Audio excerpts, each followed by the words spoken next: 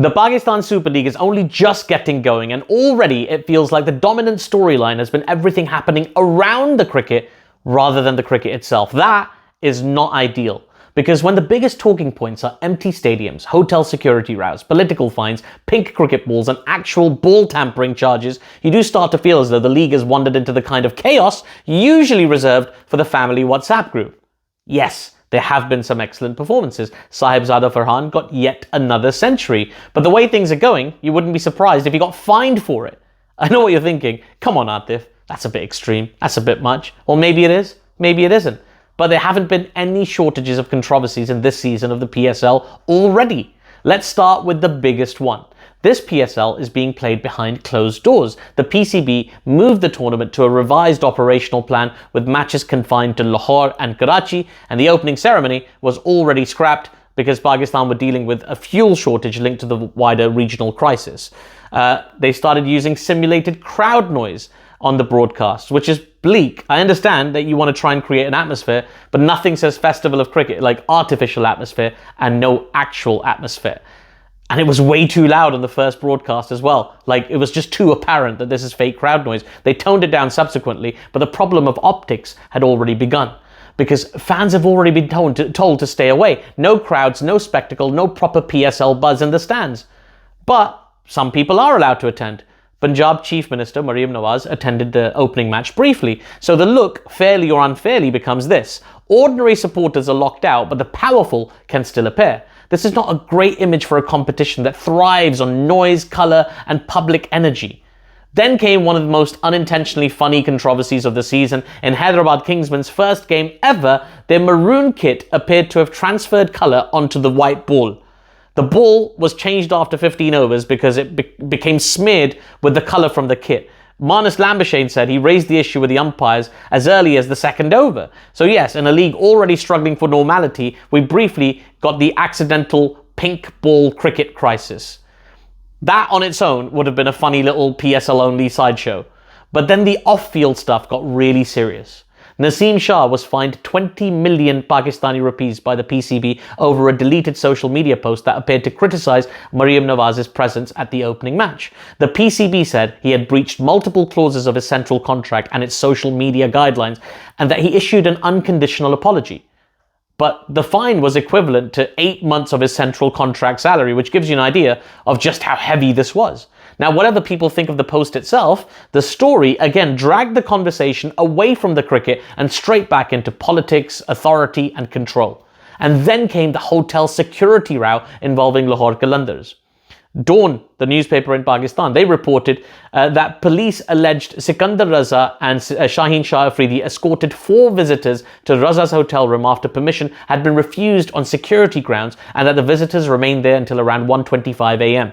Lahore Qalandars later fined Shaheen Afridi 1 million rupees, but said that the matter had arisen from a misunderstanding rather than any deliberate attempt to violate procedures. Raza then publicly sought to absolve Shaheen, saying the blame was his. So even in the explanation of the controversy, there was another mini controversy. And then, because apparently subtlety is for other leagues, we got the biggest cricketing scandal of the lot: ball tampering. During Lahore Qalandars' game against Karachi Kings, the umpires intervened in the final over of Karachi's chase, awarding 5 penalty runs and replaced the ball after concluding its condition had been illegally changed. Karachi needed 14 at the start of the over, but the penalty reduced the equation and Karachi went on to win by 4 wickets with 3 balls to spare. Fakhar Zaman denied the allegation at first.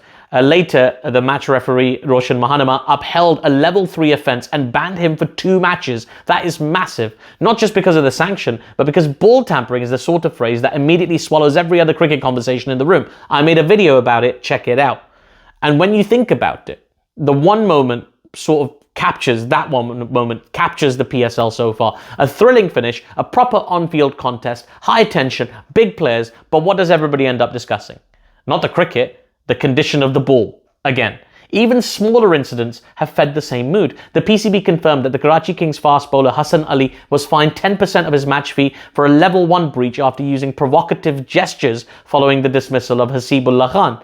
On another day, that's a minor code of conduct footnote. In this PSL, it just joins the pile. And that really is the problem. This was supposed to be a landmark PSL, 8 teams, a bigger schedule, a fresh era, new markets, new storylines. Instead, in the first stretch of the tournament, the narrative has been hijacked by austerity measures, weird optics, disciplinary action, security questions, and cricket balls behaving in ways that cricket balls absolutely should not behave. Now, to be fair, some of this is bad luck. Some of it is structural. Some of it is about the wider political and economic reality that the tournament is operating inside. And some of it is just pure PSL nonsense. The kind that would be funny if it wasn't so distracting.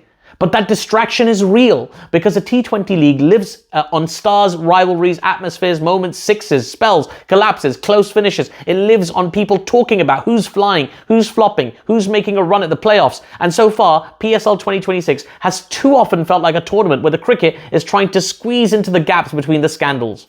Hopefully, that changes. Hopefully, by the business end of this competition, we're talking about batting explosions, brilliant spells, tactical captaincy, playoff races, and proper on-field drama.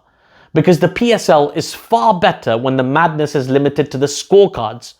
At the moment, though, the endless controversies of the PSL have made one thing very clear. So far, the loudest action has happened off the pitch. That's what I think anyway. What do you think about the PSL so far this year? Have you enjoyed it? Maybe you think I'm out of line, I'm saying the wrong things. Let me know in the comments below. And if you did enjoy this video, please do give it a like. Check out my separate video on the ball tampering scandal issue, whatever you want to call it. It's out there on my YouTube. You can check that out. Please do give my channel a subscribe if you're enjoying my content. I'd really appreciate it. Until next time, I will see you soon.